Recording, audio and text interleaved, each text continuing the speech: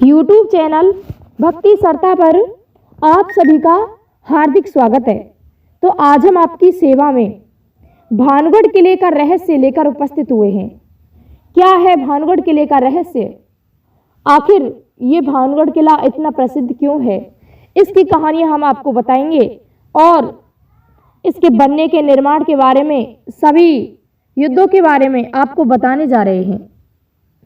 तो देखिए, भानुगढ़ किला राजस्थान के अलवर जिले की पर्वतमाला में सरिस्का अभयारण्य की सीमा पर स्थित है। इस किले पर गोला गांव बसा हुआ है। दोस्तों, भानुगढ़ किला ढलान वाले इलाके में पहाड़ियों के तल पर स्थित है, जो देखने में बहुत भयानक लगता है। यह किला इसकी बनावट से ज्यादा इसके भूतिया किस्सों की वजह से ज्यादा चर्चा में रहता है। कहा जाता है कि यहाँ भूतों का साया अधिक रहता है। भानुगढ़ किले का इतिहास सदियों पुराना है। राजस्थान में 17वीं सदी में बसा हुआ यह किला प्राचीन कला का एक नमूना है। यहाँ इसे प्रसिद्ध कला के नाम से भी जाना जाता है। भानुगढ़ किले को लेकर कहा जाता है कि इसे आमेर के राजा भगवत दास ने अपने छोटे बेटे माधो सिंह प्रथम के लिए 1573 में बनवाया था। यहाँ का राजा माधो सिंह प्रथम था।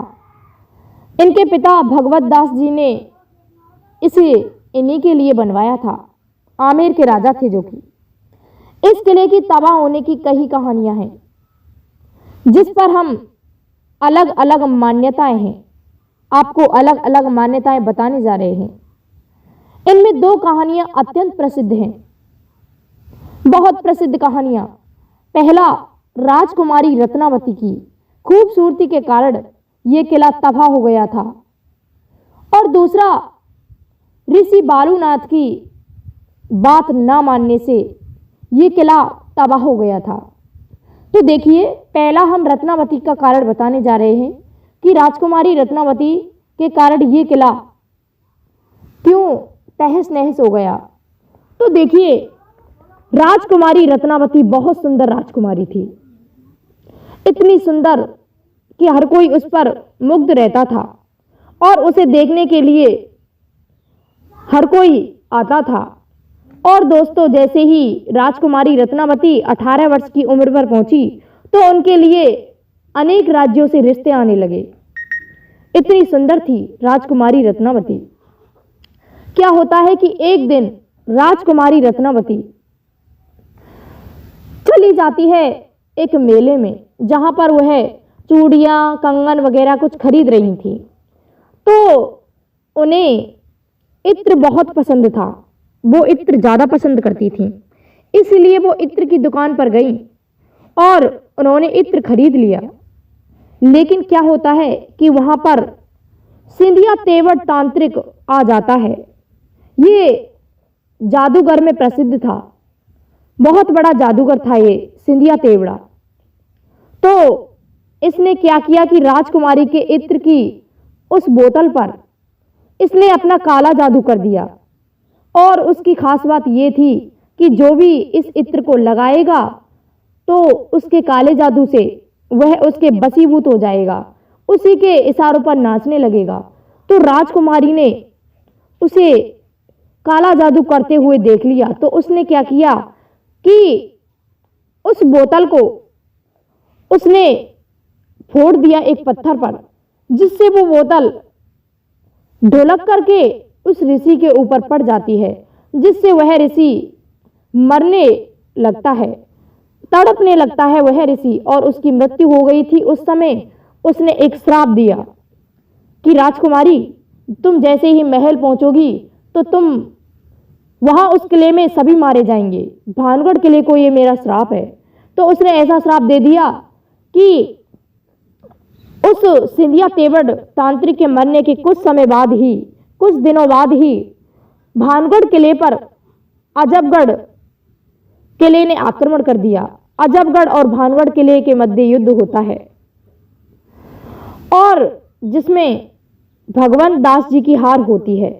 राजा भगवंत दास जी हारे जाते हैं और सभी लोग मारे जाते हैं, यहाँ तक कि राजकुमारी रत्नावती की भी मृत्यु हो गई थी। वहाँ वह किला सुनसान हो गया था, उसमें कोई भी नहीं रहता, और जब वह सुनसान हो गया तो वहाँ लोगों की आवाज़ें तो सुना ही देंगी, ये तो निश्चित है। और दूसरी कहानी के अनुसार हम आपको बताते हैं कि ऋषि बालूनाथ की बात न मानने के कारण ऐसा हुआ था। ये ऋषि बालूनाथ एक ऋषि थे, बहुत बड़े ऋषि थे। इनकी कुटिया भानगढ़ किले के थोड़े दूर ही पर थी, थोड़े दूर पर ही बसे हुए थे ये अपनी कुटिया में। तो राजा भगवान दास जी ने इस किले के निर्माण को लेकर ऋषि बालूनाथ से चर्चा की। तो ऋषि बालूनाथ कहने लगे कि तुम किले का निर्माण तो कर लो, लेकिन इस किले को इतना ऊंचाई पर रखना कि इसकी परछाई मेरी कुटिया तक नहीं पड़े, अन्यथा सारा किला तहस नहस हो जाएगा। लेकिन भगवत दास जी ने कोई उस बात पर ध्यान नहीं दिया। तो क्या होता है कि उन्होंने किले को बनवाया, और किले को बनवाया तो इतना ऊंचा कर दिया कि 7 मंजिला ऊंचा कर दिया उस किले को, जिससे उस किले की परछाई उस बाबा जी की कुटिया पर पड़ने लगी। तो उस बालूनाथ ऋषि ने श्राप दिया कि तुमने मेरी बात ना मानकर बहुत बुरा किया है, इसलिए मैं श्राप देता हूं कि ये किला तहस नहस हो जाएगा। इसी वजह से ये कहानी प्रसिद्ध है। तो देखिए, इसमें कई मंदिर भी उपस्थित हैं, बहुत प्रसिद्ध है ये मंदिरों को लेकर के। इसकी बनावट तो बहुत ही सुंदर है।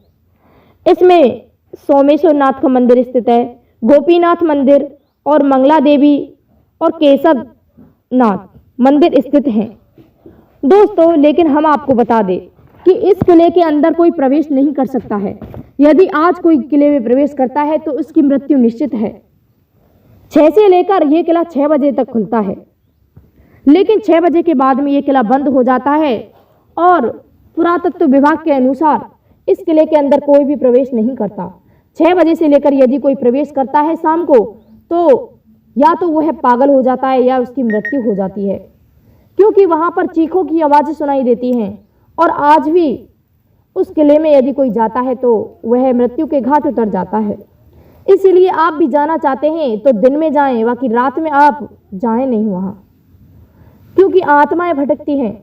राजकुमारी रत्नावती की आत्मा भी भटकती है। तो कैसी लगी आपको वीडियो अच्छी लगी हो तो कमेंट में एक बार अवश्य लिखें।